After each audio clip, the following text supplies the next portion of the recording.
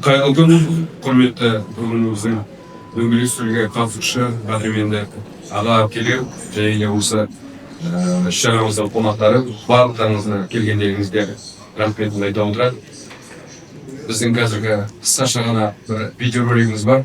Бүгінгі тақырыптың негізін ашамын.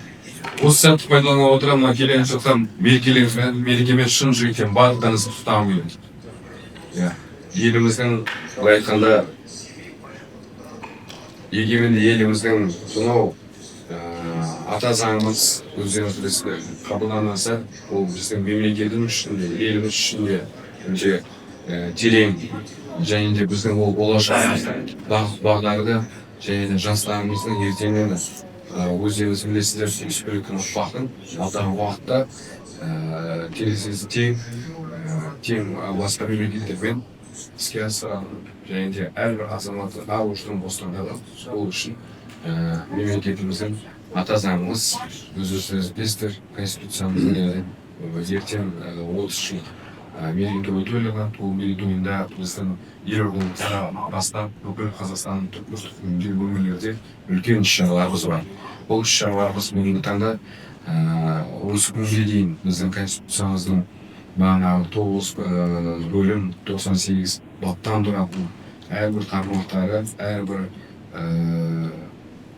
баптары, оның барлығы біздің осы Қазақстан елінің, Қазақстанның дамуына және де осы жерлердегі адамдардың басын назарына, яғни ар-ождан бостандығы және сол кісілердің құқықтары біздің конституциямыздың ата заңымыздың мерейтойы. Сол мерейтоймен барлықтарын шын жүректен құттықтаймын. Егер де біздің видеоролигіміз қысқаша дайын болса, содан бастаса.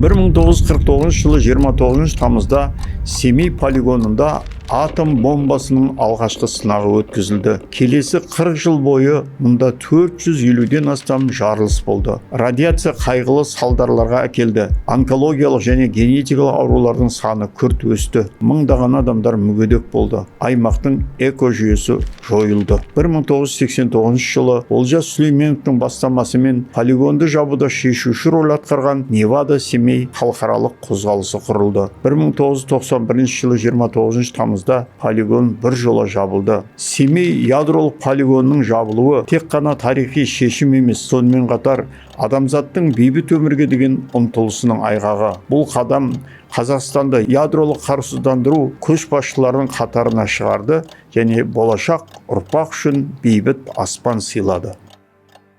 Рахмет барлықтарыңызға. Бүгін сіздер білесіздер, біз тарихтың аса маңызды бір кезеңін еске алып отырмыз. 1991 жылы 29 тамызда осыдан тура 34 жыл бұрын адамзат үшін тағдырлы шешім болды. Бұл енді Семей ядролық сынақ полигоны жабылды. Бұл оқиға тек елімізде ғана емес, бүкіл әлемнің ядролық қауіпсіздігін қосылған үлкен зор үлес тұғын. Жарты ғасыр бойы Семей даласы ядролық сынақ қасіретін бүгінде бейбітшілік ту еткен жаңа жолдың бастауы. Біз бейбіт елдің ұрпақтарымыз, білесіздер. Бұл күнде еске алуға ғана емес, есте сақтау күні деп білеміз. Бұл бейбітшілікке сенетін, болашаққа ұрпақтың қауіпсіз өмір сүруін қалайтын әр азаматтың, әр ұйымның жауапкершілігі. Бүгінгі жиын тек өткенді саралау емес, болашаққа бағыт алу үшін. Жастарды бейбітшілік пен мәдениетті тәрбиелеу біздің күнделікті жұмысымыздың бір бөлігі, яғни олармен тығыз қарым-қатынаста сырласып, сұхбаттасу. Қазақстандық ядролық қарусыздандыру жаһандық символына айналды.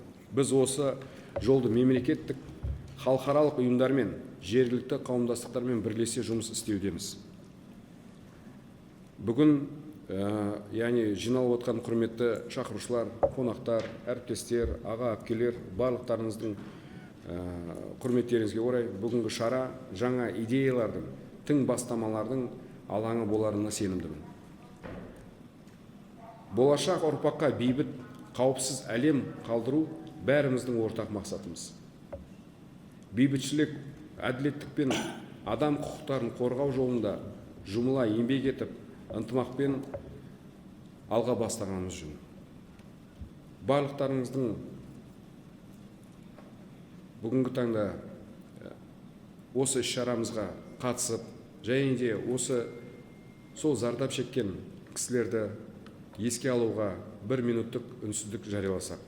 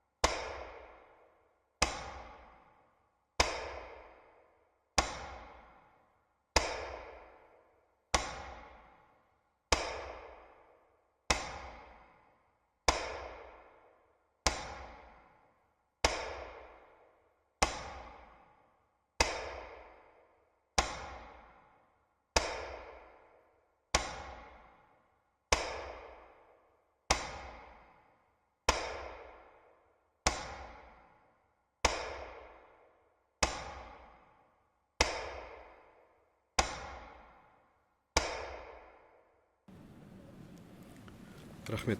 Отырып жайғасуларыңызды сұраймын. Құрметті қатысушылар, енді келесі сөз кезегін мен Семей ядролық полигонының қоғамдық қорының төрағасы, біздің сонау уақыттан бері ортамызда ағамыз ретінде осы Семей полигондық қоғамдық қорының төрағасы Әбдікәрім Болатбек Исаұлына берім келіп отыр. Аға, өзіңіз бір сол сәттен бері қазіргі таңда жасалып жатқан жұмыстардың және де қандай бір мән мағынасын өзіңіз тоқталып өтсеңіз. Ал енді бұл негізгі мынау Семей ядролық қоғамдық қордың бұл 7-ші конференциясы. Біз оның алдында жаңағы профсоюзбен бірігіп, ЦК профсоюзбен өткіздік, одан кейін барып мұрағатпен, республикалық мұрағатпен өткіздік, үшінші рет жаңағы Тұран Астана университеті, жаңағы технология бизнес университетімен өткіздік. Оның алдында өзіміздің елде өткізгенбіз. Енді бүгін бұл қазақтың ең азалы күні, қаралы күні, қасиетті қазақ жерінде бірінші рет атом бомбасы шығарылған күн. Енді бұл арада жаңа Невада Семей қозғалысы, ол біздің 2 миллион азаматшадан бірлесіп жатқан. Негізгі бұның полигонға жабылуға Андрей Сахаровтың көп еңбегі бар. Ол Горбачевқа бар, осы полигон түрі жабылу керек деген идеялар айтты. Ол кезде мына Кешірім Бостаев, содан кейін Меңдіғали Сожеков деген кішісінің Семей облысының әкімі болған. Сол кісілеріміз Қаныш Сатпаев, Бауыржан Момышев, Қаныш Сатпаев, содан Мұхтар Әуезовтер атсалысып әрекет еткен. Бірақ бодандықтың кесенінен олардың үндері шықпай, оны көп жеткізбеген, оны көп жүргізбеген. Ал енді бұл арада айта кететін нәрсе, мысалы Кешірім Бостаев облыстың әкімі болып, облыстың бірінші секретары болып жұмыстан кетті. Кешірім Бостаев та соның аяғын құшты. Ал енді 2 миллион азаматшалары бір Семей полигонын жапты.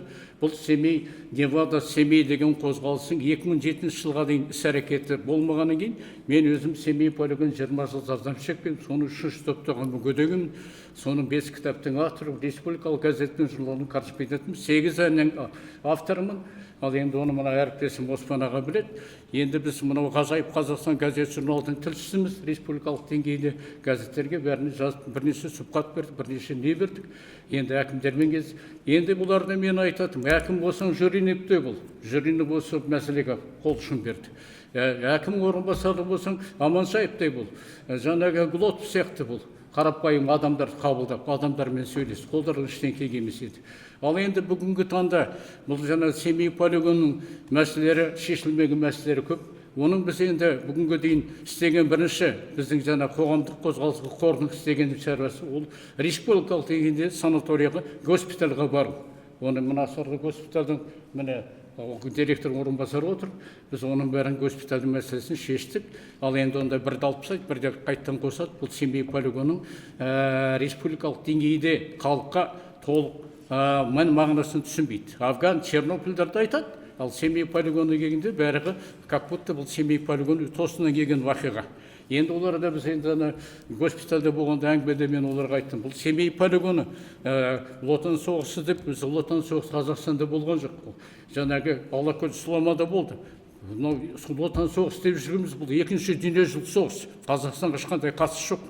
Сондықтан біз шатыспайық, ұлы отан соғысы деп айтпай, Семей қасіретін зардабын шеккендер, Чернобыльдің зардабын шеккендер, Афганның зардабын шеккендер деп айтайық.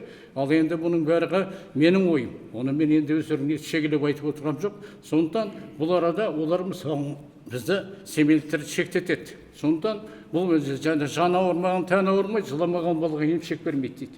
Сондықтан мен оларға ол әріптестерге айттым, біз ешкімді алдамаймыз. Бірақ Семей полигоны бұл жердің, елдің қасіреті. Сондықтан бұны дұрыстап қараңдар. Арал сияқты жер, жаңағы біздің жаңағы бұл Семей полигоны сияқты Қазақстанның мысалы жаңағы неде болды, Аралда болды, Нарын деген жер, Капустина, Азғыр деген мысалы Ақтөбеде болды, жаңағы Маңғыстаудың маңайында. Бұл көптеген біз тарихты толық білмейміз. Бүгінгі таңда егемендік алғаннан кейін есіміз жинағаннан әкімшілікпен бірігіп отырып қызмет етіп осы мәселе көзімізді ашып жатырмыз.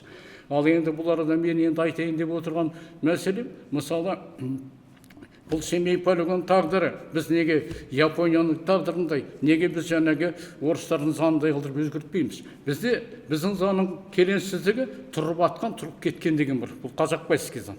Казакбайский заңды өзгерту керек. Зардабын шеккен деп, бірақ немен келтіру керек. Олай мысалы мен Аягөз қаласын туып өстім, 74 жылы кеттім, 20 жыл сол полигон зардабын шектім. Сонда мен емделіп кеттім, Астанаға келгенде мен жазылып кеттім бе? Міне осы мәселені дұрыстап қарау керек. Бұл енді өкіметке неге енді президентіміз айтып отыр ғой, осы мәселені ойластырып шешу керек. Бұл халықтың елдің жағдайын дұрыстап шешу. Бірінші мақсат. Екінші мақсат, біздің енді мысалы жаңа видеороликте көрдіңіздер, біз бүгінгі таңда қалалық әкімшілікпен, содан кейін мынау центр занятости совезбен жаңағы СПК деген бар, солармен бірігіп отырып, әкімшілікпен бірігіп отырып, біз жаңағы тігін цехын баспаң ашып, кеңсе несін алып, соның бәрінде біз қызмет етіп, жылына 30-40 адам жұмысқа алып қамтамасыз етеміз.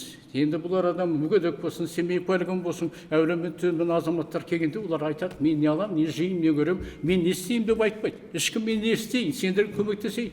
Мен осы Семей полигон 2007 жылы аштым, мына Ғалия деген қарындасым бар, мына Айсаханова Айман Қайдарқызы деген бар, осының арқасында біз осы күнге дейін жеткіздік, Қасымбек әріптестермен бірге.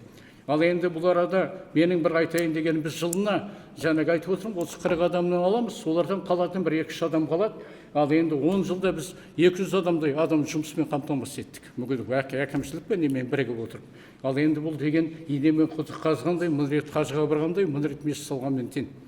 Енді бұл арада бір келеңсіз жағдай, мысалы бізге берген баспамен тігін цехта мен мысалы өз қалтамнан жаңағы ком услугасын төлеп отырмын. Соның асидің ақшасын өз қалтамнан, өз пенсиямнан төлеп отырмын. Ал мен енді біздің қорда біз мынау не жинамаймыз, басқа фондтар сияқты ақша жинамаймыз, жарнама дейді. Содан кейін медаль, грамота, оған біз ақша жинамаймыз. Медаль, грамота бізді еңбек етіп, сол үшін нағыз жанын тәнін беріп еңбек еткен адамдар ғана алады. Ол медальді мен тегін беремін. Грамотаны тегін беремін. Оны мына жаңағы біздің госпитальдің бастығы да біледі. Ал енді бұның бәрі мен мақтанышын айтып отырам жоқ. Бұл біздің Семей полигонының мәселесі, бұл елдің жердің отаны мәселесі, Аралдың мәселесі, Семейдің полигоны. Соңғы жаңағы айтқан жерлердің жаңағы. Ал неге Семей полигоны Қазақстандық жерінде болды? Бұл біздің Қазақстанның алаш қайраткерден шыққан жері. Семей, алғашқы не құрған Семей, жаңағы біздің Қарқаралы петиция жазған, Нарында жаңағы біздің қазақтардың зиялылары шыққан жер. Осының бәрін кеңестік дәуірде олар біздің ұлттық идеологияны құрту мақсаты ашылған. Енді оны мен мынау тәлім-тәрбие балаларға, ұрпақтарға, келешек ұрпақтар осыны білсін деп айтам. Ол мен ешкімді таба алмаймын. Ал енді менің енді бүгінгі мақсатым мына ішкі саясатпен бірігіп отырып, әкімшілікпен бірігіп отырып, біз сол халықтың шешілмеген мәселесін, әлеуметтік мәселесін бірігіп шешсек, бірігіп ойластырып, бірігіп істесек деген ой. Ал енді неге мен Семей Япы қоғамдық қорды құрдым? Мен 2007 жылға дейін 1984 жылақтан 3-ші топта керендікті алмай жас кезде үй алып, 2019 алайын десем, соны маған бермейді. сенің құлағың естиді деп. Міне сондай сергелден. Екінші, мен бүгінге дейін 20 жыл Астана қаласы тұрсам да, 3-ші топтағы мүгедек Семей полигон 20 жыл зардап шекті. 19,13 бір доза алып шейін алсам да, мен тұрғын үйді алғам жоқ. Өшеп тұрдым, оны 8 мың ба, 9 мың ба, өткенде ұлытып қайттым. Ертең мен өлгесен кейін сүйегіме бересіңдер ме? Ол пәтерлерім дедім. Мен мүрдемді апарып сонда қоясың бұны, лейлеңді қойған сияқты деді. Ал енді бұл деген жаны ауырмаған тәні ауырмайды. Сондықтан осындай келеңсіз жағдайға тірелген кейін Семей полигон мәселесін ашып, Айман Қайдарқызы екеуміз, Ғалия қызы бар, мына орында жаңағы менің қарындасым бар. Зәуреш Батталов деген қар. Осылар бәріміз атсалып осыны әрекет етіп жатырмыз. Ал енді жығылғанға жұдырық дейді. Бұл арада мына бір қайран қылатыным, енді мына әкімшілікте болсын, Семей полигоны, мүгедектер, мен не алам, мен не жеймін, мен не етем, қандай міне көмек беріп болады деген мақсат. Ешқайсысы бұл көмек саған бірге жұмыс істейді. Тегін сен жұмыс істеп жатсаң, мен 20 жыл жұмыс істеп жатырмын. Өз қалтамнан өз ақша. Мынау семьяға беретін ақшамды бермеймін, мен сол мүгедектердің мынау жаңа коммуналдық саласы төлеп отырмын. Қағазым өз қалтамнан шығарып отырмын. Болат регламентіне алсақ қалған кісілерді асықсыз. Рахмет. Өзіңіз қорытындылап жүрсеңіз болды. Енді қорытындылап айтатын мен бір мәселе, біздің Семей полигонының 49 жылдан 63 жылға дейін жаңағы ашық ауада болған жарылыстан, соны 5 жыл зардап шеккен азаматшаларға ұлы отан соғысы деп мен оны Семей қасіреті деген атақ берілсе, ол атақпен бірінші мәселе. Екінші мәселе, біздің заңда жаңағындай қылып өзгертсе. Үшінші мәселе, Семей полигон зардап шеккен азаматшал 50 жаста пенсияға шықса. Төртінші мәселе, біздің мәселені мынау Чернобыль, Афган сияқты дұрыс қараса. Рахмет. Рахмет, Болатбек Исаұлы. Тыңдаушыларға барлықтарыңызға рахметімізді білдіргіміз келеді. Келесі сөз Қазақстандағы парламентаризм дамыту қоғамдық қорының басшысы Зәуреш Қабылбекқызына беріледі. Семей ядролық сынақ полигонының ядролық сынақтарынан зардап шеккен азаматтардың әлеуметтік қорғауды заңнамалық қамтамасыз ету туралы бүгін сізге өз ой пікірімді жеткізгім келеді. Қандай шындық бүгін бар, қандай проблемалар туындап отыр, қандай перспективалары бар осы проблемаларды шешу үшін. Ең бірінші, осы полигонды жапқан бұл Қазақстанға ең үлкен жетістік деп оны нақты айту керек, объективтік түрде.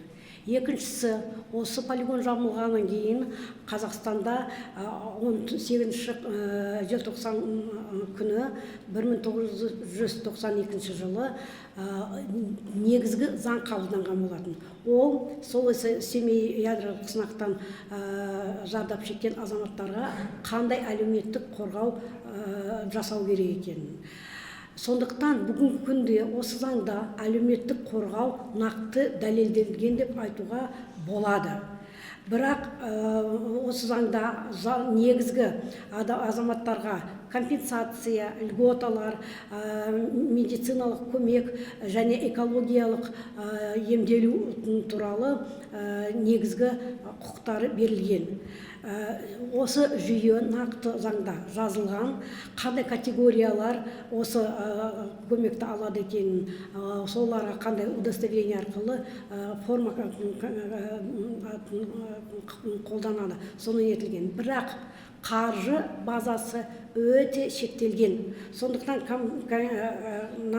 компенсация ең бірінші минимальный заработная плата бойынша берілетін болатын. Сонан кейін өзгерістер арқылы, мен оны тарихи айтпаймын, потому что негізгі заң қабылданды, сонан кейін оны тоқтатты 95 жылға дейін. 97 жыл қайта оны іске асыруын дәлелдеді. Бірақ мәселе 97 жылдан кейін ең басында берілген заңдағы нормалардың кейбірлерін күшін жойды. Соның ішінде минимальный заработная платаны минимальный расчетный показательға ауыстырғаны өте қиын болып отыр. Неге десеңіз, өте төмен компенсация. Семейден зардап шеккен адамдарға бұл нақты көмек жасауға бүгін ықпал жасамайтынына көзіміз жетіп отыр. Медициналық көмекті алсақ, ол негізгі формальдық түрде өткізіледі. Мемлекеттік реестр бар, бірақ сол реестр бойынша нақты жүйелі медициналық қарауды жасай алмайды. Үш рет өте көп және осмотрды өте формалдық түрде өткізеді. Ал экология жағынан айтсақ, бүгінгі күнде сол полигонның жерлерінің реабилитация жөнінде жер кодексінде жазылған болатын. Сол норманы өзім сол кезде Сенатта болып жүргенде ұсынған болатын жер кодексінде 2003 жылы қабылданғанда. Бірақ қағаз жүзінде бар, іс жүзінде ештеме жасалмаған. Сол жер ашық түрде жатыр, ешқандай жоқ. Қандай проблемалар нақты бар? Ең бірінші, компенсациялар бүгінгі күнде адамдардың өз денсаулығын емдеу үшін жеткілікті емес. Теория жағынан мемлекет қорғауға нақты жазды, мына компенсацияларды қарастыру керек. Және негізгі бүгінгі күнде біз бәріміз білеміз, әсіресе ғалымдар, бұл полигоннан зардап шеккендері бірінші емес, үшінші, төртінші буында нақты көрінеді. Оның бүгінгі күнде сондай жағдайға келгеніміздің көрсеткіші бар. Бүгінгі күнде өте мүгедек балалардың көп тууына байланысты оны жоққа шығаруға болмайды. Сондықтан осындай алу керек. Және бюрократия өте көп, удостоверением жаңа айтқандай куәліктер бар, бірақ іске асырылмайды. Және медициналық көмек пен әлеуметтік көмекті біріктіріп, интеграция арқылы жүргізу мәселесі де нақты шешілмеген. Экология, медицина и әлеуметтік көмек туралы нақты законда айтылса, оның жолдары, ережелері нақты жазылмаған. Сондықтан не жасау керек деп айтсақ, онда ең бірінші осы компенсациялардың реформасын жасау керек. Меніңше, Қазақстанның бірінші 30 жылдығында жағдайлар көп болды. Сол кезде көп нәрсені іске асыра алмады. Қазіргі кезде Қазақстанның жаңа Қазақстанға осындай жаңа толқынға енген кезде осыны қолға алған жөн деп мен өзім ойлаймын. Және осы компенсациялар МРП емес, негізгі адамдарды емдеуге қанша ақша жұмсалу керек, сол көлеммен саналу керек. Негізгі бұл механизмді тезірек өткізу керек, индексация туралы соны нақты дәлелдеу керек. Және заңның уже 91 жылдан неше жыл өтті. Сондықтан осы заңның да бірнеше ережелерін жаңарту керек. Ескерткенін оны дәлелдеу керек. Сонда жаңарту жолында ең бірінші не жасау керек? Біздің мына адамдардың сол кезде зардап шеккендерге арналған экологиялық көмекті бүгінгі олардың негізгі балалары, немерелері, шөбелеріне қандай әсер етеді? Осыны зерттеу керек, ғылыми түрде дәлелдеу керек. И соларға қандай көмек болу керек, осыны жазу керек. Ол бүгін оларға жоқ, ол балаларды ата-аналар өздері емдеп отыр. Және негізгі мен ойлаймын, Қазақстанда ұлттық қор бар, сол ұлттық қордың жанында ма, соның қаржысынан пайдаланып па, негізгі специализированный мемлекеттік сонда қор ашу керек. Сол қордың арқылы негізгі компенсациялардың бәр жұмыстарын нығайту керек. Бүгінгі күнде халық оны алмай отыр. Және медицинаны, әлеуметтік қорғау мен экологияны интеграцияны жасап, соның негізгі себептері қандай бар, оның шешу жолдары қандай бар, осыны дәлелдеп ғылыми түрде жұмыс жүргізу керек. Және негізгі бұлар қазір әр сала өз жұмысын жасайды, бірақ параллельдік түрде. Мысалы, Семей медициналық университетін алсақ, Семей өңірінің дәрігерлері сол университетте мына полигоннан зардап шеккен адамдарға қандай көмек жасауын олар тереңдеу оқиды. Басқа университеттерде ондай жоқ. Ал бірақ Семейдің зардап шеккен семейліктер өздері, мысалы мен міне Астанада тұрып жатырмын. Сонан кейін сол жерде көп адамдар кезінде әскери жұмыс жасады. Олардың да жағдайын шешу керек деп ойлау керек. Қысқаша қорытындыға келсек, жақсы шешім қабылданды 92 жылы, 91 жылы полигон жабылды, 92 жылы заң қабылданды. Мәселелер шешілмегендіктен бүгінгі күнде осыны қолға алып, екінші буын арқылы жаңа Қазақстанның ұранымен заңды жаңартып, заңның жаңа буын дайындау керек деп санаймын. Рахмет. Рахмет, Зәуреш Қалыбекқызы. Керемет, жақсы ұсыныстар айттыңыз. Енді сізге айтып өтетін дүние, біз қасымызда Зұлпықар Сұлтанұлы бар, Астана қоғамдық кеңесінің төрағасы, сонымен қатар ұлттық құрылтай мүшесі, қоғамдық кеңесінің мүшесі Кәрімбек Арыстанбекұлы отыр қасымызда. Бұл айтылған бағана ұсыныстардың барлықтарын бұл кісілер өздеріне түртіп алып қарап отырмыз.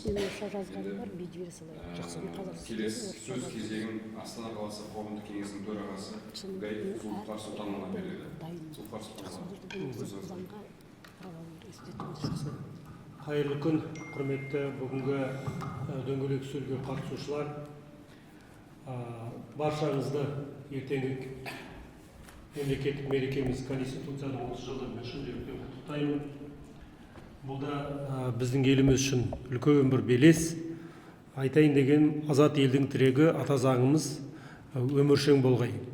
Енді жаңа біз көтеріп атқан көп мәселелердің бәрі де осы әлеуметтік болсын, басқа болсын, осы біздің ата заңымызда көрсетілген ғой. Сол ата заңда былай деп жазылған: Қазақстан өзін демократиялық әлеуметтік мемлекет деп жариялайды дейді. Шынында да біздің елдің жалпы бюджетін қарасақ, әсіресе енді еліміз біздің Астананың бюджетінің қарайтын болсақ, соның 1/3 бөлігі осы әлеуметтік мәселеге шешу үшін арналған.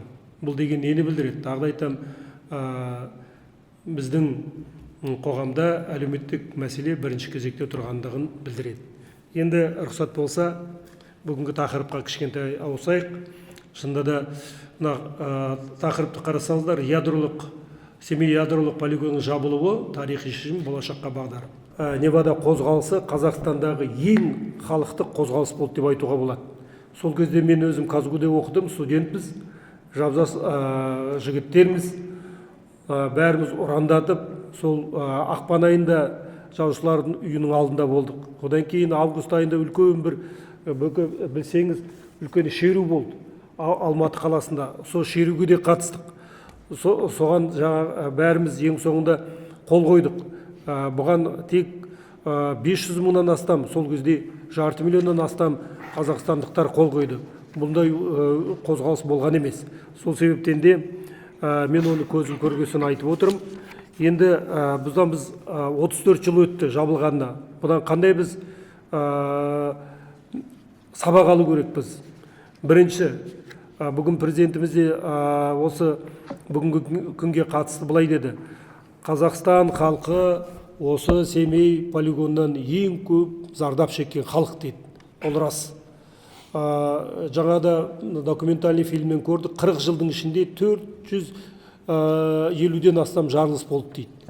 Ол жаңағы Зәуреш Қабылбековна көтеріп отырған 3 мәселе, үшеуі де өте өзекті. Тағы да айтамын. Бірінші, әлеуметтік мәселесі, екінші, медициналық жеңілдік, үшінші, жаңағы экологиялық.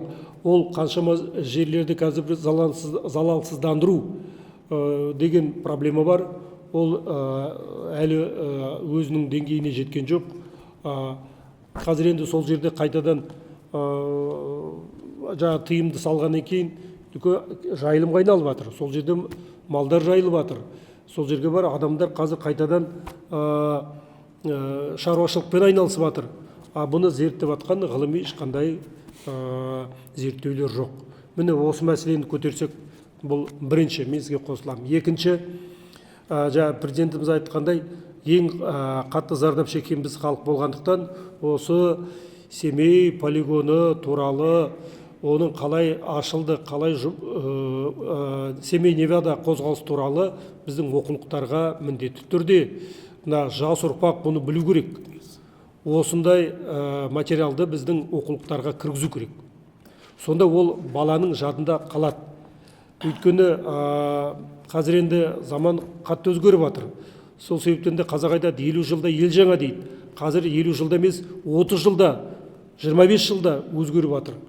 Осыдан бір 10 жыл бұрын кім ойлады дейсіз, мына қолыңдағы сағатыңмен әлеммен сөйлеседі деп.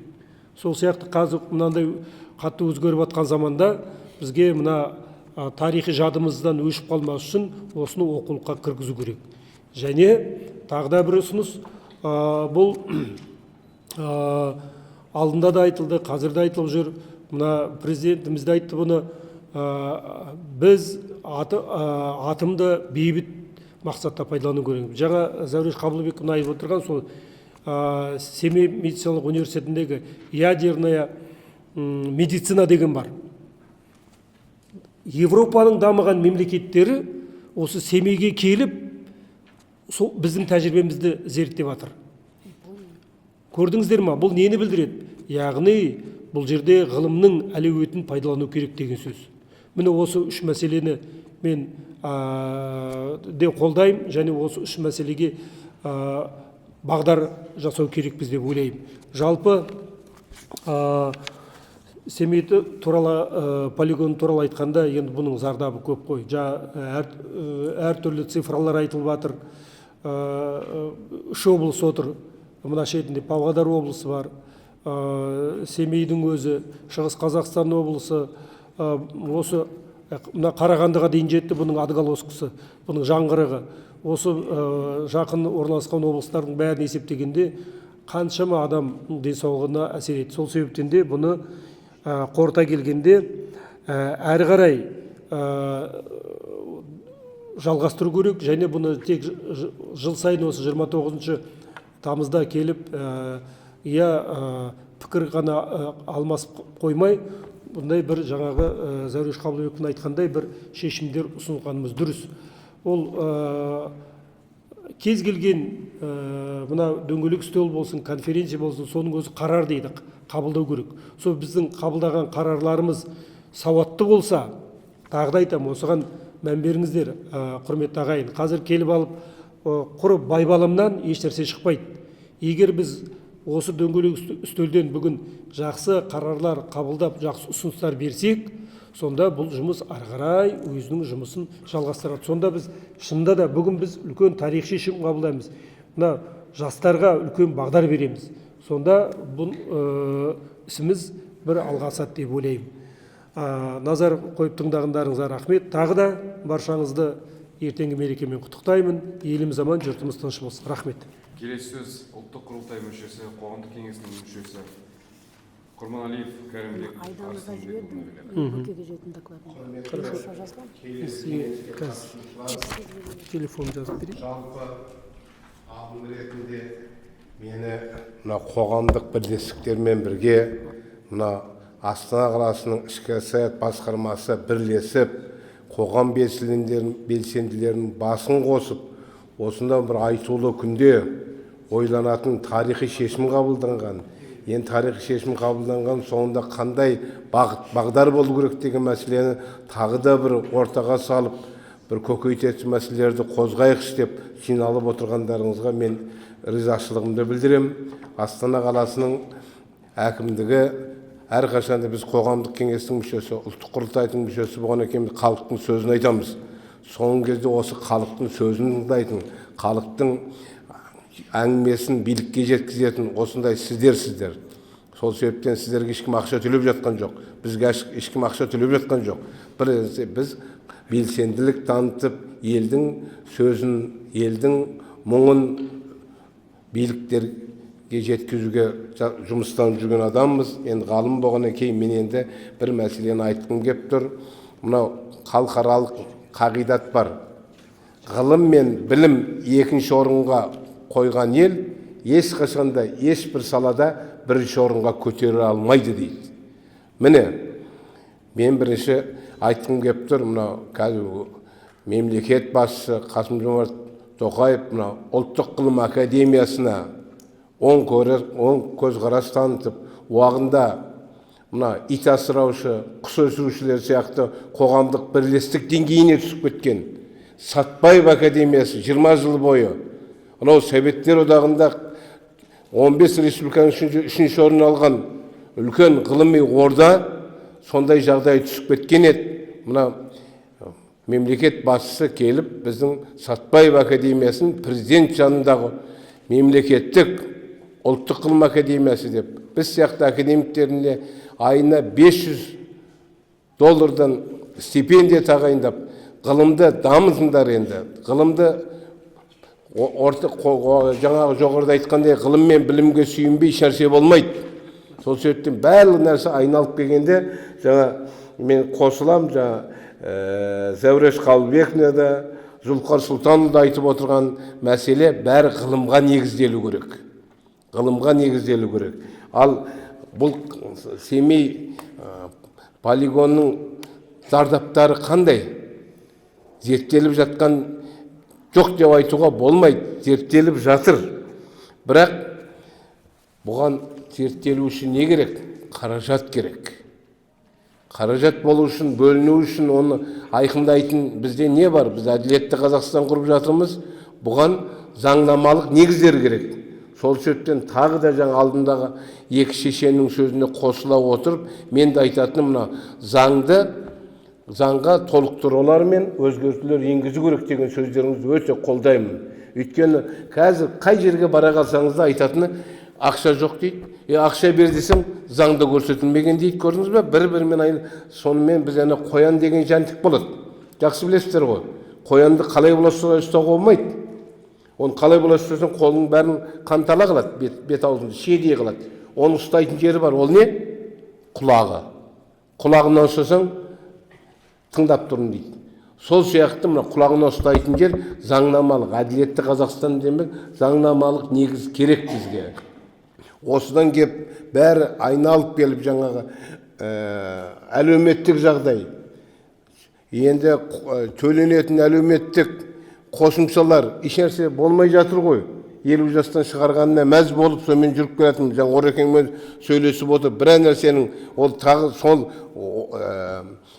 полигонның басында өмірге келіп, тура 49 жылы өмір келген екен. Соны 10 күннен кейін осыны атом бомбасы жарылған, көрдіңіздер ме?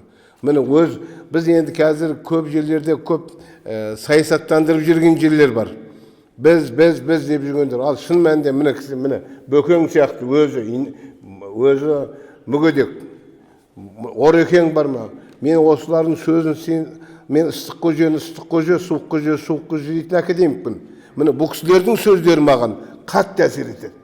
Былтыр енді шама жаңбырға көмектесіп, айтты қолдау, әкімшіліктен қолдау болып жатыр. Мұна тыңдайтын құлақта керек. Айтпаса кімге айтасыз әңгімені? Сол себептен былтыр айтып едім, қазір көрдіңіз бе?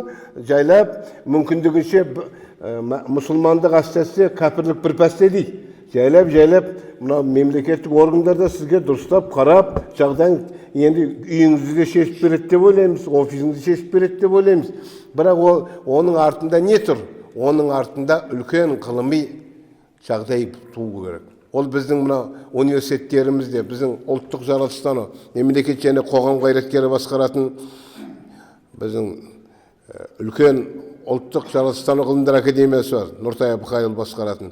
Соның Семейдегі филиалы академик Маусымбаев басқаратын, Серікбай Маусымбаевтың. Олар қазір үлкен шаруаларға кірісіп жатыр. Бұл не мәселе? Бұл енді Семей полигонының зардаптары. Радиация қазір дербес ғылымға айналды. Радиация ол енді бір күнде кетіп қалмайды. Ғалымдардың болжамы бойынша 100 жыл керек екен. Жаңа жақсы айтты Зәкең.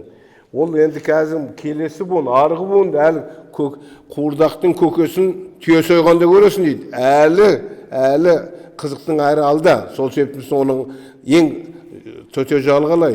Оның ғылыми жолмен соны радиацияларды біз айықтыру мәселесін бойынша қазір үлкен жоғарғы оқу орындары, мына Евразия ұлттық университетінің ядролық центрі бар. Курчатовты өткен ұлттық құрылтайда білесіздер. Президент тапсырды, Курчатовты наукаград дейді, ғылым қалашығына айналдыру керек деді. Міне осы бойынша да мына ұлттық ғылым академиясы, мен президент жанындағы ұлттық ғылым академиясының директорлар кеңесінің тәуелсіз директорымын. Тәуелсіз директор деген сөз сіздер сияқты. Біз сөйлей береміз, айта аламыз. Басқалар басшының аузына қарамаймыз, көзіне қарамаймыз. реакциясына қарамаймыз. Сол кезде айтып отырғанымыз мынау жақсылап мына зардап мына өте болашаққа бағдар дейді.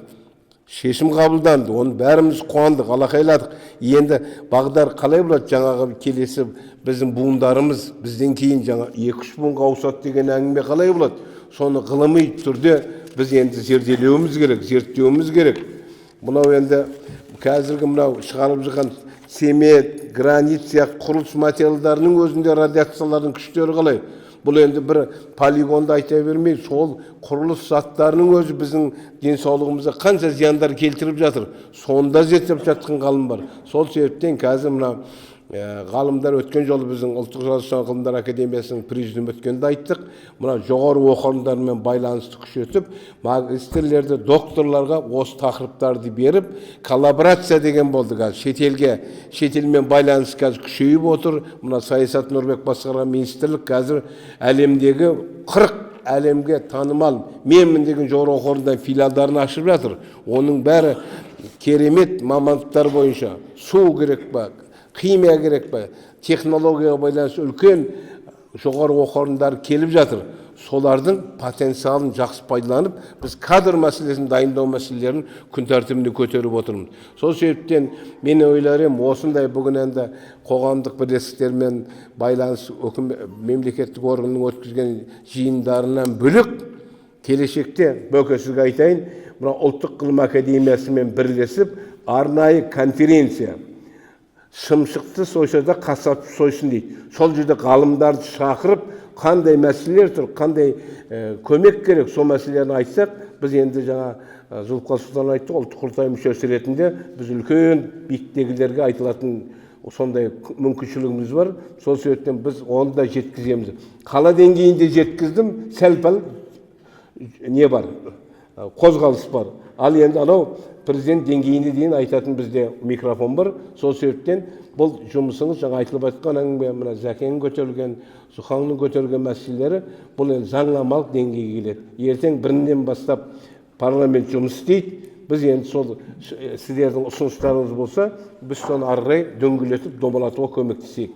Әр отырған ісіміз нақты шаралармен бітіп отырса, жаңа қарар қабылданса, қарарды осы көрінсе, парламентке айтын десе, ары қарай жеткізуге біз де атсалысуға уәде берейік. Келіп әдемі сөйлеп кетуіміз, ары қарай біз енді сіздерге жәрдемдесіп, бұл сіздің шаруаңыз емес, бұл халықтың шаруасы, халықтың сөзін жеткізуімізге. Рахмет. Рахмет. Өте керемет академик ретінде өзіңіздің ойыңызды, көзқарасыңызды ғылыми тұрғыда жеткізгеніңізге рахмет. Енді расында да бізде өздеріңіз білесіздер, ұлттық құрылтай мүшесі бүгінгі таңда Зұлыпқа Сұлтанұлы бар, Арыстанбекұлы бар. Тікелей құрылтай мүшесі ретінде бағанағы қоғамда елде түкпір-түкпірінде көтеріп жатқан мәселелердің барлығы бұл кісілер үлкен деңгейде, мемлекет деңгейде көтеретіні расында айтамын. Сонымен қатар енді Зұлыпқа Сұлтанұлы біздің қоғамдық кеңестің төрағасы ретінде және коммуникациялық солтүстік кеңестің мүшесі ретінде елордамызда да бұл мәселелердің барлығы тек қана сөз жүзінде емес, іс жүзінде де жасалады деген ойда деген үміттеміз. Рахмет. Келесі сөзді ұлттық құндылықтар академиясы республикалық қоғамдық бірлестігінің төрағасы Дүйсебек Әбілхан Төлегенұлы. Рахмет. Қадірлі қауым, өте маңызды мәселені талқылауға қатысып отырғанымыз әрине қуаныштымыз. Мен тақырыбымды Семей полигонының сабақтары адам мемлекеттің басты құндылығы деп атадым. Мына экранда көрінді. Шын мәнінде келесі слайд ядролық сынақ полигоны Семейдегі бұл қазақ халқы үшін, бүкіл адамзат үшін де орны толмас қасірет және қиянат болған. Шын мәнінде бұл адамның құқығын, адамның денсаулығына деген жасалған қастарды адамның құқығын аяқ асты қылу деген сөз. Осы тұрғыдан алғанда біз қандай көзқараста болуымыз керек? Адам құндылығын бағалау мәселесі. Біздің конституциямыздың бірінші бабында мында көрініп тұр, жазылып қойған, көріп отырсыздар, Қазақстан Республикасының ең қымбат қазынасы адам және адамның өмірі деп айтылған құқықтар мен бостандықтар болса да. Енді мемлекет басшысының осы ұлттық құрылтайда айтқан сөзі бар, біздің басты күшіміз адам және оның жасампаздық әлеуеті деп. Яғни қайта-қайта бұл туралы айтуға болады, келесі слайдты қойсаңыз. Мен айтып отырғаным, жалпы біз енді осы Семей полигонының сабақтары деп, жалпы Қазақстан халқының әрбір азаматтың қауіпсіздігін сақтау, өмірін сақтау, денсаулығын сақтау мәселесі анау кішкентай баладан бастап осы өмір көрген өзіміздің қарт қарияларымызға дейінгі әр адамды қадірлей білу саясаты жүзеге асырылуға тиіс деп ойлаймын. Біз енді осы бейбіт өмірдің өзінде, оны мемлекет басшысы да айтып отыр, барлық мемлекеттік органдарда статистика бар. Қазір бейбіт өмірдің өзінде біздің адамдардың өмір қауіпсіздігінің сақталу деңгейі өте төмен екендігін мойындауымыз керек. Бір ғана фактіні мен келтіріп қойдым, әдейі қызылмен. Кеше ғана телевизордан таңертең осыны көріп таңғалдым. Биылғы жылдың 7 айында жол апатынан 176 бала қайтыс болған. Сонда есептесек айына 25 бала екен. Бұл не деген сұмдық? Яғни бейбіт өмірде. Бұл біздің еліміздегі дәл қазір адам қауіпсіздігі, адамның өмірін қадірлеу жағдайында біз өте көп жұмыс жүргізуіміз қажеттігі көрініп тұр. Мынау көрсетілген елдер, дамыған елдерде адамның құқығын емес, бірінші өмірін сақтау, қауіпсіздігін сақтау, адам құндылығын жоғарыға қою өте маңызды. Сондықтан бұл елдерде өмір жасы да ұзақ, жол апатынан қайтыс болатын біздің елде Европадан 11 есе көп екен. Міне біз адамдарды осылай да жоғалтып жатырмыз. Келесі слайд.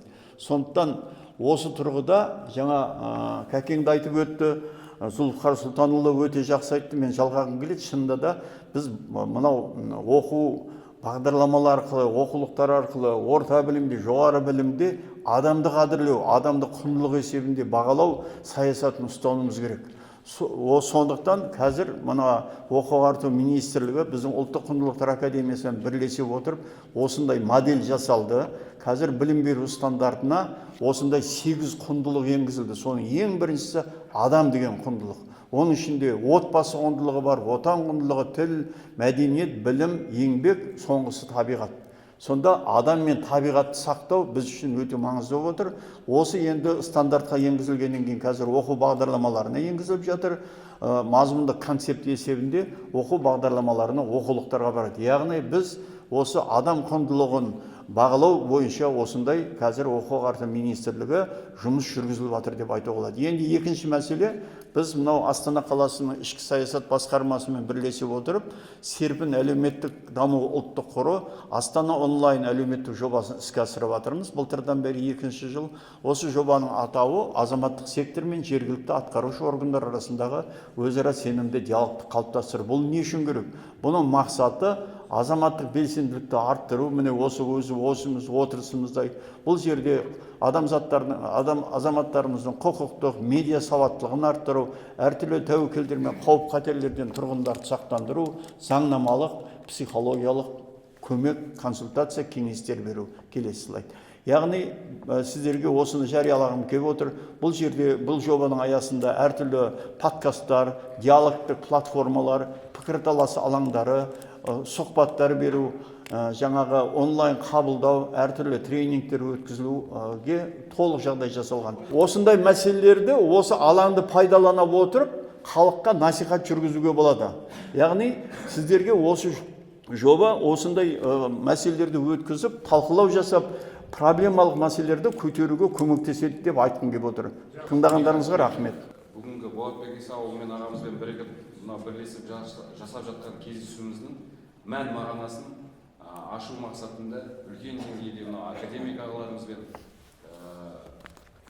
ұлттық құрылтай мүшелерімен және де мұнда біршама өздеріңізбен отырып тақырыптың мәнін ашып отыр. Бірақ енді қазір бізде осы арнайы сөз сөйлеуші жоспарға сәйкес аяқталғанмен де, бірақ мұнда сөз сөйлейін деген кісілер бар. Әбдікәрім Бекмағамбетұлы, Қазақстан журналистер одағының мүшесі, кезінде Семей Невада қозғалысының белсенді мүшесі болған. Қазір мына полигон 21 Семейдегі комитет қоғамдық соның мүшесі. Эпицентр полигоннан 50 шақырым жерден келіп отырмын. Қайнар деген абыралы. Қайнар синдромын білесіздер, Бозтайыптың 2 кітабы шыққан. Бұл жаңа Зәуреш Қабылбекқызы жақсы айтты. Бұл кісі де сол Семейдің тумасы, 2-3 шақырымда депутат болғанда талай осы мәселені көтерген. Және жаңағы айтып отырған ойлары бәрі көңілге қонақ.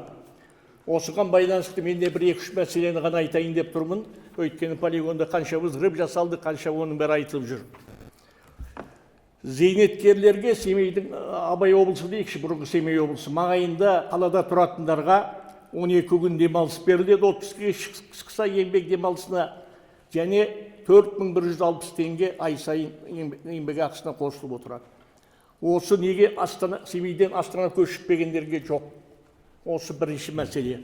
Екінші, компенсация өтемақы. 1993 жылы полигоннан зардап шеккендерге байланысты заң қабылданған. Ол заң қазір жоқ. Ешқандай тарауы да жоқ, пункті де жоқ, істемейді, біткен. Міне, осы заң, сол жылы компенсация берілді. Қағаз ақша дейміз ба қалай? Ештеңеге жарамайды. 1 миллион, 2 миллион алғандар бар сол кезде. Тегенге ма? Сом ғой. Оған ештеңеге жарамады қазіргі ақшамен еткенде. Осы компенсацияны қайтадан Семей маңында тұратындарға, жалпы полигоннан зардап шеккен жандарға берілсе. Екінші, жаңа менің фамилиялас Әбдікәрім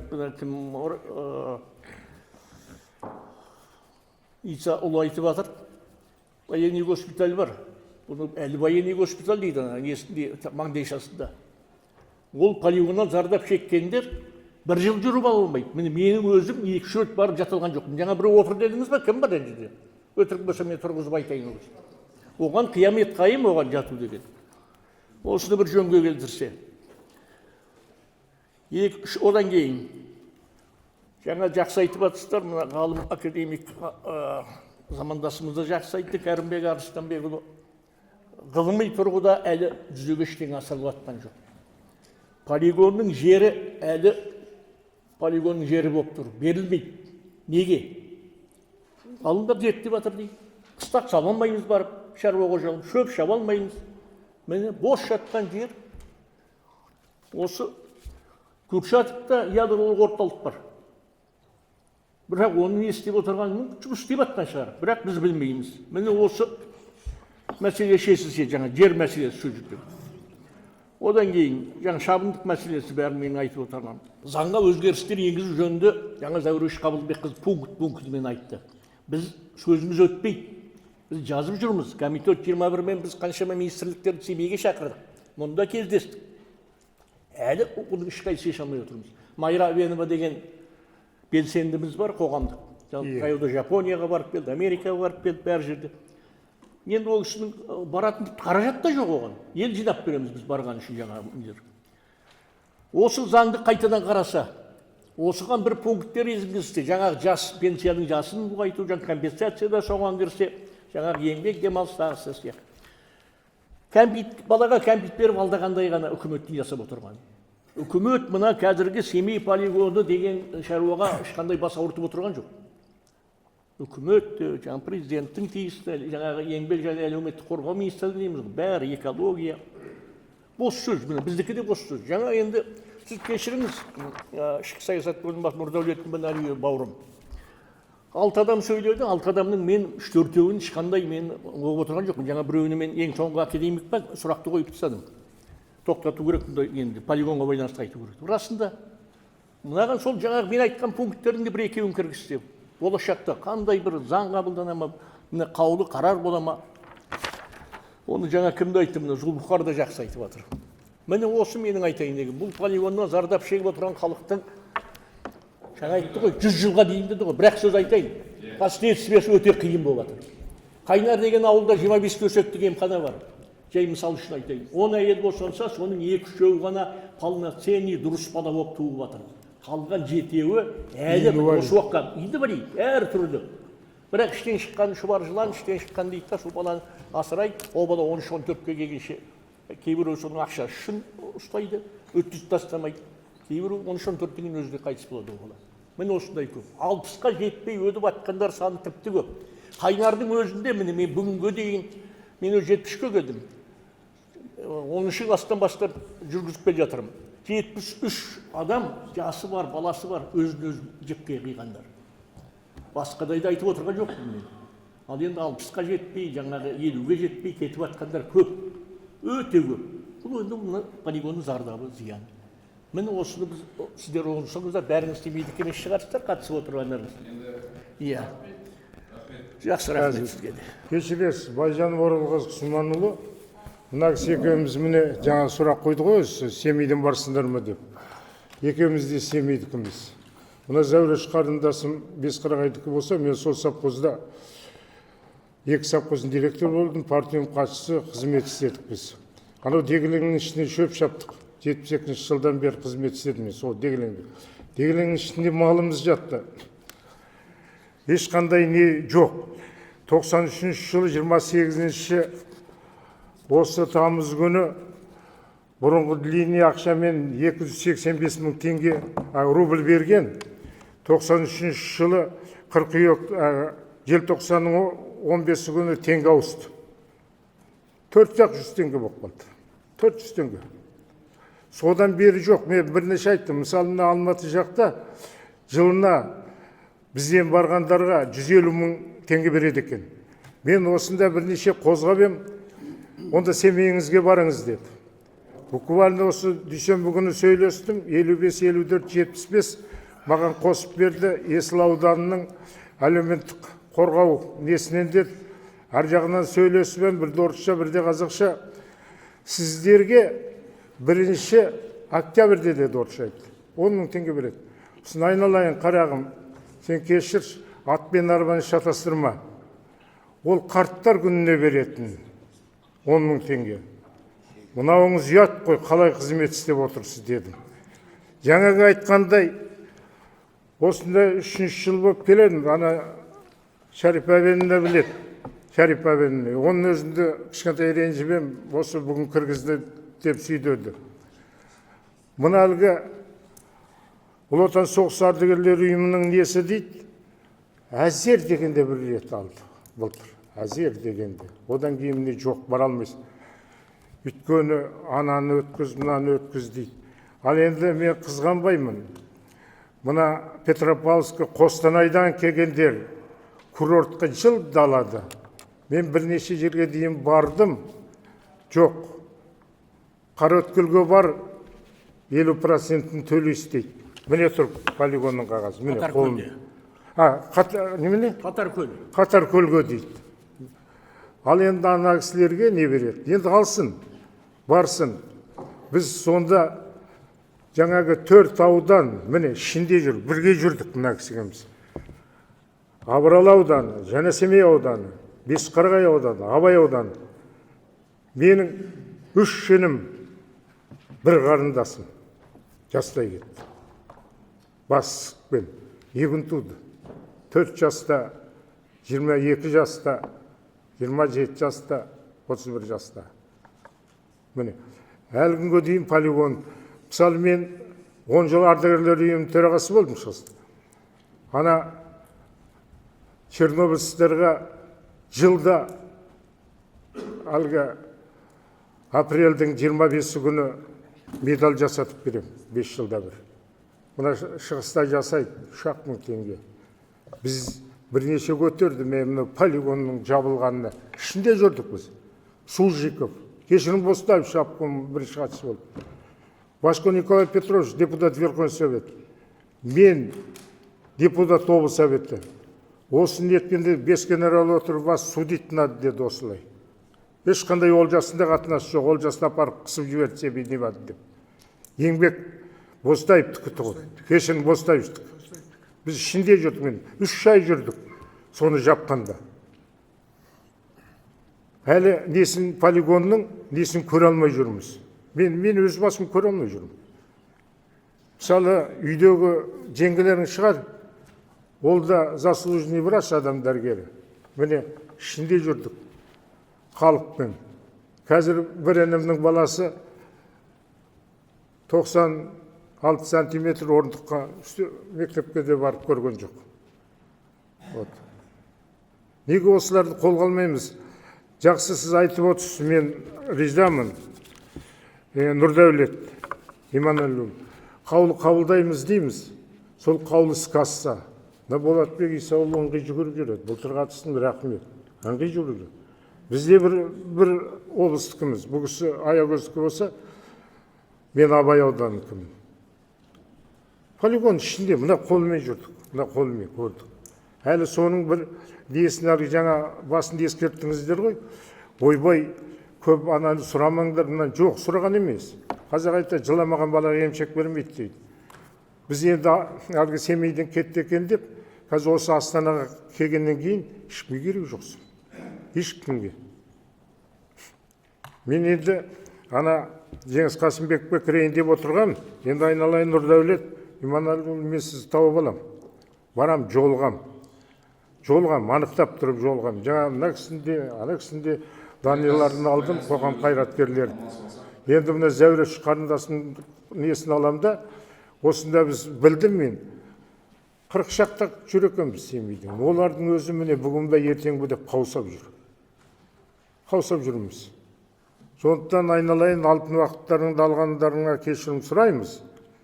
Екінші мына іске ассын, мына Болатбек Исаұлы ағайыма бәріміз көмектесейік. Әлгі бірлік бар жерде тірлік бар дейді. Бірігіп істемесек болмайды, мынаны қолға алмасақ болмайды. Қаулы қабылдап, жылда осы кісі жинайды осында. Сол беті шыға бере қалып қойып жүрмесін. Сенім деген кесін. Істейміз. Мен о жағынан даже интервью де берем мен полигон ішінде қалай екенін. Әлгі анау тұрған емес, анда сізде 400 бірдеме дейді, 467 жарылған, 460. Ақырғы 91-де жабылды, 93-те 2 полигон сынағы болды. 2 полигон қалғаны бұрын жер астында қалған. Жақсы, рахмет. Ертең келе жатқан мейрамдарыңызбен денеріңе саулық, бастарыңа береке берсін, абыройлы болыңдар, рахмет. Құрметті азаматтар, азаматшылар. Мен шығыстың адамын, Семей полигоны туралы ішінде жүрген адамын. Зайсан деген ауданынан Қазақстан Жарыстар одағының, Қазақстан журналистер одағы мүшесімін. Қазақстанның рекордтар кітабына келген сөз жұмбақшымын. Мынау, бұл Семей полигонына туралы заң қабылданды, көптеген шаралар істелінді. 1993 жыл барлық аудандарда арнайы комиссиялар құрылды. Мен сол комиссияның төрағасы болдым. Соны 93-тен 97 жылға дейін сол комиссияның жұмысын басқардым. Бұл Семей полигон жөнінде мына бауырларым өте дұрыс айтып отыр. Мен бәрі менен кіші шығар. Мен 84-темін. Сондықтан да бұл бір тада жұмыстар істелінді. Оған сол енді еңбегімізде едек сөз қалған жоқ. Олжас Сүлейменовтің қолынан мынау медаль алдым. 20 жылдық Семей полигонының жабылуына байланысты деп. Енді оның бәрін айтып, бірін айт, жалпы үкімет бұл жөнінде қаулы ережелер қабылдады, заң қабылдады, бірақ бұның орындалуына қадағалап жүрген ешкім жоқ. Айтайық, заң өте жақсы қабылданған. Жаңа Зәурештің сырттағаны білем, бұл енді өте бір қазақтың танымал қыздың бірі болатын, өзі бір батамды бірге жүргенмек кішкентай қыз екен ғой. Мен атын естігенде үлкен бе деп жүргем өзі, үлкен Алатаудай ма деп. Сондықтан менің айтайын деп отырғаным, бұл енді жаңағы заң қабылдату деген үлкен мәселе ғой, ол үлкен шаруа. Енді ережелер бар. Осы ережелердің орындалмайды.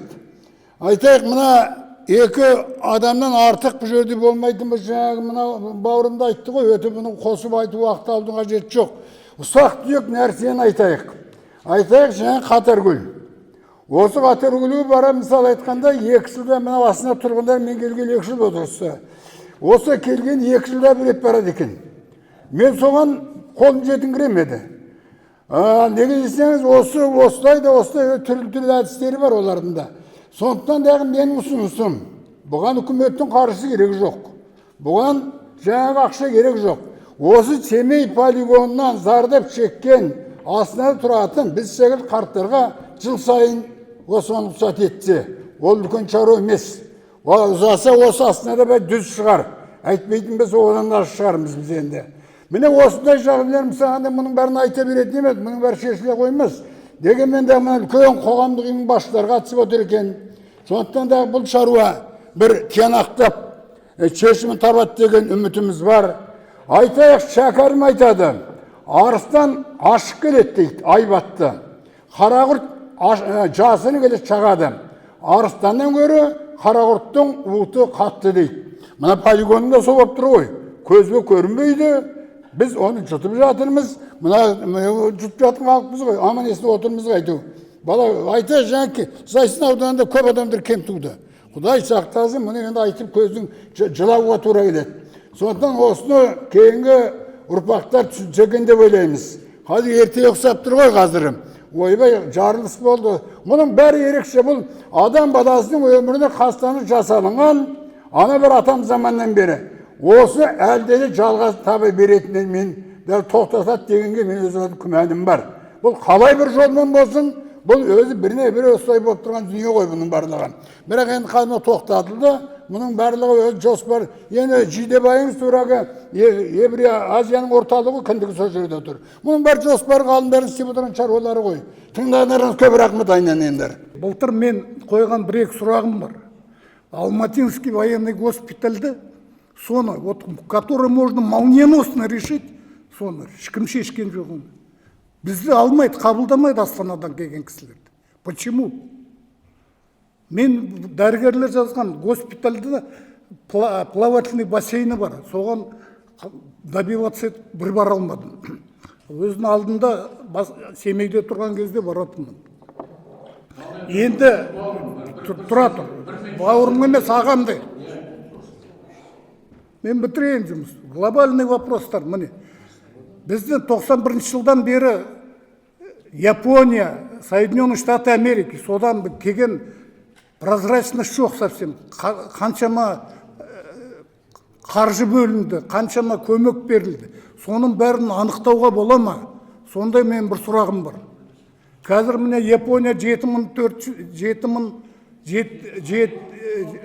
миллион 400 бөледі. Министр иностранных дел айтып отыр.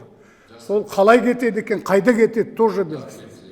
Қазір енді 10 мың теңгеден кісіге, 3 мың кісіге 30 миллион бөліпті. Біз бардық, неге, неге, Собезге. Собез айтады, день пожилого человека аласыңдар.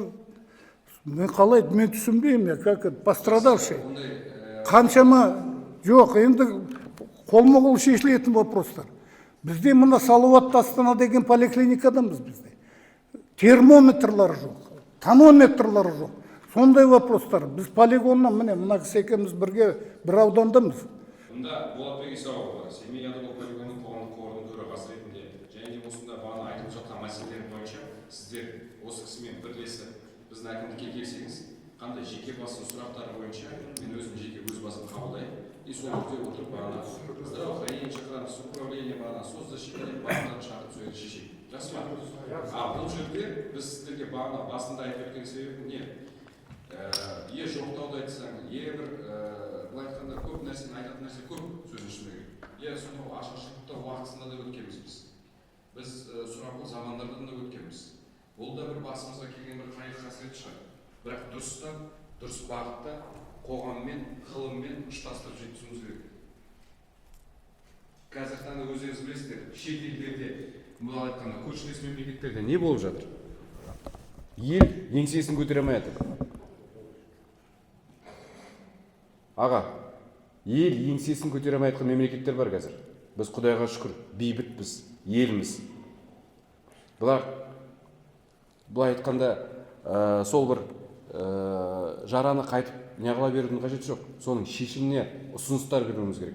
Бағана академик ағаларымыз ретінде, мына жерде Зәуреш Қабылбековнамыз айтқандағыдай, ол кісінің де өте керемет ұсыныстар. Сондай бір ой салатындай, ойға ой қосатындай, болашақ жастарға тәлім тәрбие беретін мәселені айтуымыз керек. Жеке бастың қағидасын мен дайынмын, әрдайым. Мына жерде біздің ортамызда әкімнің отбасы институтын дамыту сұрақтары бойынша кеңесшісі, Астана қаласының әкімінің, бақытты отбасы орталығының директоры Ырза Тұрсынзада қадым. Жерге алғашқы қонған қоныс алады дейді, кейінгі қонған өріс алады дейді. Сол алғашқы қоныс сіздер.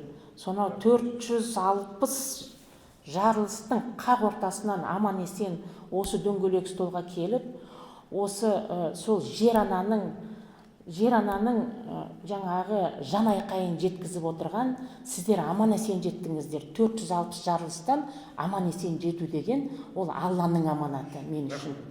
Сондықтан сіздерге үлкен алғысымызды айтамыз. Мынау орта буын, жас буын, жаңа мынау идеологияның, осы елорда идеологиясының басында отырған Нұрдәулет Иманәлиұлы сондай бір жақсы тұжырым айтып жатыр, сіздерді қабылдайын деп. Себебі жүрегіне жетті сіздің жан айқайыңыз. Жүрегіне жетті. Ол идеологияның ең түп нұсқасы жүректі қозғалта білу. Соны қозғалттыңыздар сіздер. Сіздерге үлкен рахмет. Мынау Тәңір дейді, берсе ең алдымен жерге береді дейді. Ол бекер айтылмаған сөз.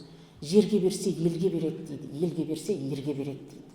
Сондықтан да Нұрдәулет бауырым, осы ағаларымыздың жан айқайы, бұл анау соңғы жарылыстың үні өшкеніне 34 жыл уақыт өтіпті. 34 жыл. Бірақ осы ағаларымыздың жаңағы жан айқайы мен өзім үшін ана ретінде сол жер ананың тыйылмаған көз жасының тамшысы деп қабылдаймын мен өзім. Бұл тыйылмаған көз жас әлі қашан тыйылады? Оның тыюы осы ағаларымыздың жан айқайын егерде тыңдай білсек, осы ағаларымыздың жаңағы айтып отырған мәселелерін түбіне жете білсек, сонда мен ойлаймын, ол көз жас тыйылады жер ананың. Сондықтан да барлықтарыңызға үлкен алғысымды айтқым келеді. Мынау Біріккен ұлттар ұйымының осы ядролық жарылысқа полигонның жабылу кезінде қазақ даласының, одан кейін қазақ елінің, одан кейін Олжас ағамыздың ұсынысымен бүкіл адамзат төрінде осы ядролық жаңағы жарылыстарға қарсы күн тағайындалған. Сол күн 29 тамыз күні. Оның инициаторы осы отырған ұлы даланың ұрпақтары біздерміз. Ең алдымен Олжас ағамыз. Осы отырған ағаларымыз сіздер. Себебі 29 жаңа тамызды тағайындаған қазақ елі ұлы дала төріне осы ядролық жаңа жарылыстар тоқтату күні деп. Сондықтан да мен ойлаймын, сондай үлкен адамзат төрінде көтерілген мәселенің осы жаңа біздің дөңгелек үстеліміздің басында жалғасуы, ол жай ғана айқай емес ол. Сондықтан да Нұрдәулет бауырым, сізге үлкен рахмет. Жаңа ағаларымыздың жан айқайын тыңдап, мен сенемін, мен мүлдем сенемін, осы жан айқайдың түбінде жеңісі болатынына мен сенемін. Сондықтан соған тілектеспін. Зәуреш Қабылбековна, жердің жалпы ұлы даланың ұрпағының сонау ықылым заманнан келе жатқан керемет сөз тіркесі жер ана деген ең алдымен аналарға бағытталған дейміз. Сіздің жаңағы айтып отырған сондай бір тұшымды, тұжырымды, әдемі ұсыныстарыңызға үлкен алғысымды айтамын, Зәуреш Қабылбекқызы. Сондықтан да енді ана соңғы түйенің жүгі ауыр дейді. Ағалар, сіздерге алғысымызды айтамыз. Айналайындар, аман болыңыздар, қара орманда алдымызда жүріңіздер. Себебі сізге қара орман ғана осы қара жердің хабарын жеткізіп, қара жерді қорғайтын сіздер. Құдай аман есен сіздерді осы дастарханға алып келді. Үлкен рахмет, сөз берген сіздерге де алғысымды айтамын. Тағы да кімде қандай сұрақ бар, сөз бар? Мен Жомарт Бағдәулет Ботақанқызы, ерекше тәрбиелі солдаттар қоғамдық бірлестігінің Астана қаласындағы төрайымымын. Сонымен қатар қазір республикалық альянс бар ғой, халықтық бақылау. Сол халықтық бақылауда 13-ші блок бар, сол 13-ші блоктың төрайымымын. Менің ең басты қазір көтерілген мәселем осы семей полигоны мен арал қасіреті. Мен бұл жерде мынандай ұсыныстарымды айтқым келеді. Негізі 5 жылдан бұрын жаңағы мына ағаларым өте жақсы айтты. Мысалы Астанаға көшіп келген кезде әрбір жаңағы азамат жұмысқа тұрған кезде жеңілдіктерден айырылып қалады. Соны мен өз тарапымнан мұғалімдердің, ұстаздардың кәсіподағымен бірігіп, педагог статусына енгізіп, қазір Астананың мектептерінің ұстаздары біз ай сайынға төленетін қосымша ақысын, сосын кейін мына неде бір жылдан кейін шығатын отпуск кезіндегі 10 күн, 12 күн, 14 күн алып отырмыз. оған рахмет айтамын. Одан кейін енді азаматтық белсенділіктің, азаматтық қоғамның Қазақстан мемлекетінде дамып жатқаны белгісі деп ойлаймын. Өйткені біздің үйімізді естіді. Біз осы соған беріп болды. Енді өзіммен айтып кететін пікірім, бағанадан Зауреш Батталқызы, сонымен қатар мына жерде мына Зұлфухар Сұлтанұлы жаңа былай деп айтып еді, жаңағы мектептерде оқулықтарға көбірек жазылса деп. Мен негізінде 73-ші мектептің тарих пәнінің мұғалімімін, педагог зерттеушімін. Осы мектептер оқулықтарда Семей полигоны, Арал қасірет туралы арнайы тақырыптар бар. Сонымен қатар жаңа айтайын деп едім, 2 жыл бұрын, қазір мына 2026 жылғы оқу бағдарламасы өзгеріп жатыр ғой. Соған байланысты құқық негіздері деген бағдарламаның жаңағы біздің Алтынсарин академиясы осыны жүзеге асырды. Сол кезде мен өзім осы бүткіл республикада енді оқылатын осы құқық негіздері пәнінің бағдарламасының авторларының бірімін.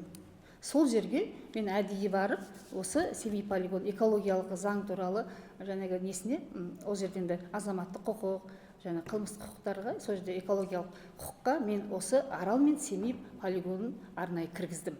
Енді оның себебін мен сіздерге айтайын.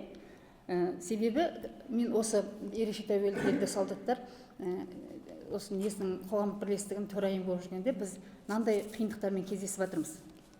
Жаңағы біздің қоғамдық бірлестіктің қарамағында 7 мыңнан астам азамат тіркелген біздің мүшеміз.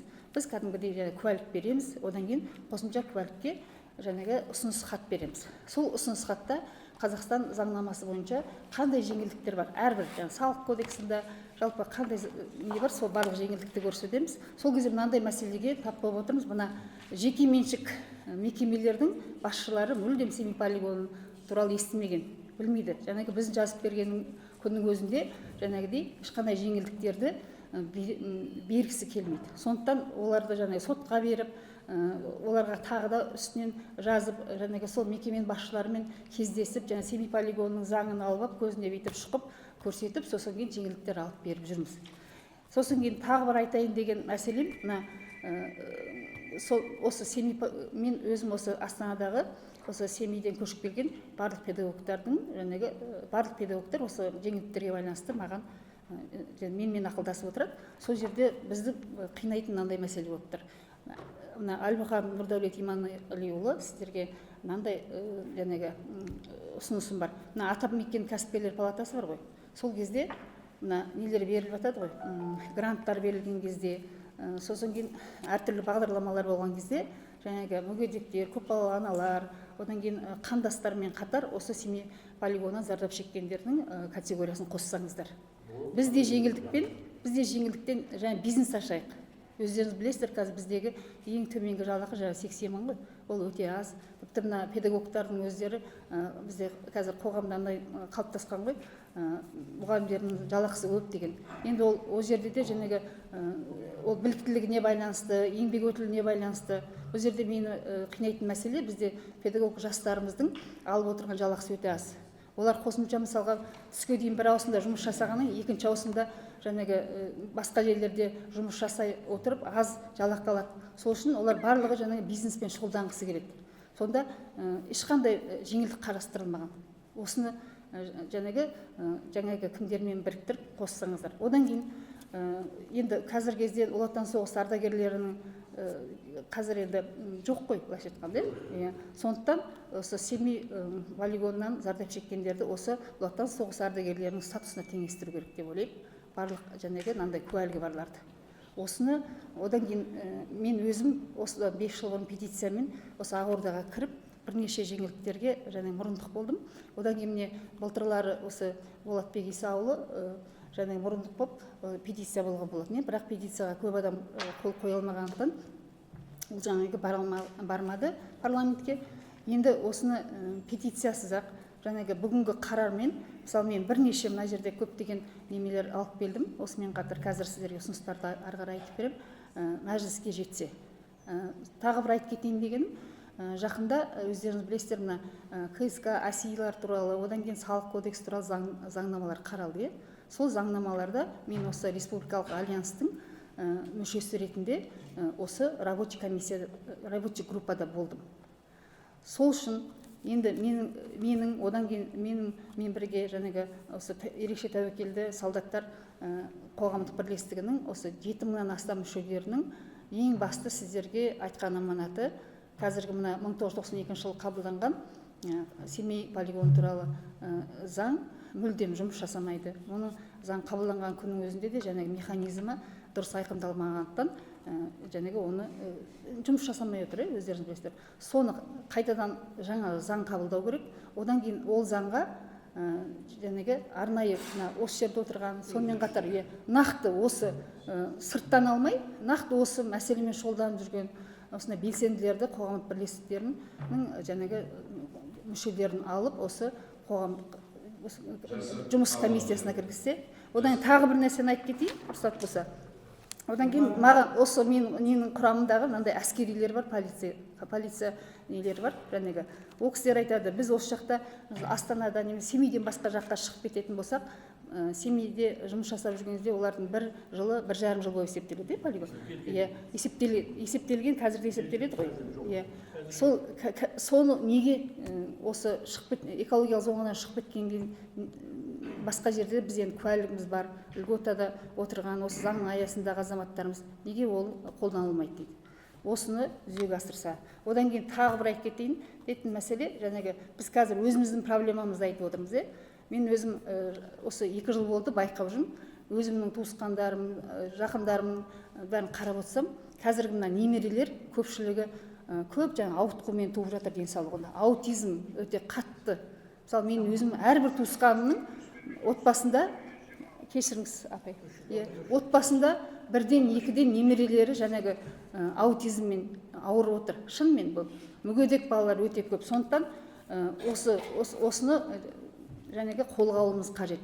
Яғни бұл жаңағы біз ғана емес, біздің немерелеріміз, шөберелерімізге осы полигонның зардабы жаңағы тиіп жатыр. Кеше ғана Семейден келдік, сол жерден талай фотография алып келдім. Ми дала, азынап қалған, азған. Бұл неге солай болды? Жаңа бір сөйлеген адам айтты, біз шөп шаптық дейді. Олай мал бақтық дейді. Оған тыйым салды дейді. Жеке басым білгім келетіні, қандай радиация бар, счетчик деңгері, мысалы, доступный бар ма халыққа тексеруге. Мысалы, біз бұлақтан су ішіп жатырмыз. Сол Семейде. Ол бұлақтан су ішуге бола ма екен, жоқ па екен? Үлкен канистраға жұрт толтырып жатыр. Ой, су қандай тамаша. Ол тамаша, дәмі тамаша, құрамында не бар ма, жоқ па? Біз білмейміз. Подземный атомный испытание болған жерде. Әр жерді, мысалы, физика ретінде радиация әр изотоптың период полураспада деген болады. Мысалы, 2 есе дозасы азаяды. Мысалы, біреуінікі 1 жылда, біреуікі 1 айда 2 есе азаяды, біреуінікі 5 жылда азаяды. Енді ол азайып жатыр ма, жоқ па? Соны бізге, мен мысалы нақты информация таба алмадым. Ол жерге баруға бола ма, мал бағуға бола ма, жоқ па? Әлде ол ешқандай зиянсыз жер ме? Соны біз біле алмаймыз. Өйткені бәрі де құпия. Сол құпияны бірте-бірте ашу керек деп ойлаймын. Ол өкіметке зияны жоқ құпияны. Халыққа рұқсат беру керек. Мал бағуға да, егін егуге де, егін егуге жер тегіс емес еді. Мал бағуға. Өйткені абай кезінде мыңдаған жылқылар жүрді. Жақсы аға, нақты сіздің ұсынысыңызға негізгі рахмет аға. Рахмет сізге. Қағазға түсірді, және арнайы бағана айттым ғой. Болатбек сауалымен бізге келіңіз деді. Мен келесі аптамен сіздерді қабылдаймын. Кеше Абай Хакімнің 180 жылдығына барған кезде мен сол кезде бір шама кісілермен сол жерде ардагерлермен отырдық, ақылдастық, әңгімелестік. Бүгінгі таңда Семей өңірінің мәслихатының өңірлік шешімімен Абай облысы болып жеке өзіміз болғанда бұл жерде мемлекеттік тұрғыда зейін аударылып жатыр. Яғни сол мемлекеттік тұрғыда сол нәрселерді қарастырып және көтеріліп жатыр. Мәслихаттық тұрғысында сол бағанағы Семей полигонынан зардап шеккен кісілерге арнайы мәслихаттың бюджеттен төленіп жатқан ақшалар да бар ол жерде. Түсінесіз ба? Ол жерде бағана жетістіктер бар. Ал қазір басқа мысалы Астана мегаполис. Мен сізге айтайын, күнде бір ауыл көшіп келіп отыр Астанаға.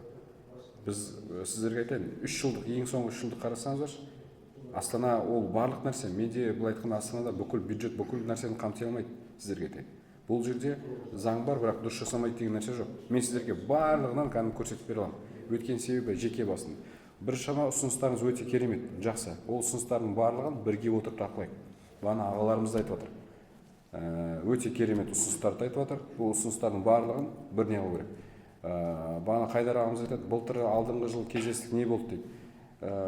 Мынандай ғой, біз біреуден күтпеуіміз керек, біз өзімізден іздеуіміз керек, негізгі қағида. Егер де біз өзіміз жасамасақ, оны біреу жасап бермейді. Бұл сіздің өміріңіз, әркімнің өзінің өмірі. Сол себептен де ол мынау бүйтпей жатыр, мынау сөйтпей жатыр деген нәрсе жоқ. Мысалы, тура Япония деп отырсыздар. Японияға бардыңыздар ма? Японияда қазір қандай жағдай отыр? Да, барлығы. Олар не істеді? Ұсыныстар білдірді, ғылыми зерттеулерді. Бағана бүгінгі сіздерге айтайын, біле білсеңіздер, 2 құрылтай мүшесін алып келіп отыр, мысалы. Үлкен кісі. Сонымен қатар мұнда Зәуреш ханымның өзі келіп отыр. Бұның барлығы жай сөз ғана емес, басында ағаларымызға да айттық. Бұл үлкен іс ретінде алдағы уақытта біз қозғаушы күш ретінде сіздерді біз ұсынысқа деп алып келген жайымыз бар, ол кісілерді шақыруға. Алдында біз өзіміз кездесетінбіз, білесіздер ба? Бұл жолы бұл кісілермен кездесейік, бұл кісілерге құлағына жеткізейік, мән жағдайының бәрін айтсын, естісін де. Сол себептен де құрметті қатысушылар, сіздерге барлықтарыңыздың бар болғандарыңызға, сіздердің қастарыңызға жүргендеріңізге барлықтарыңызға рахметін айтқым келеді.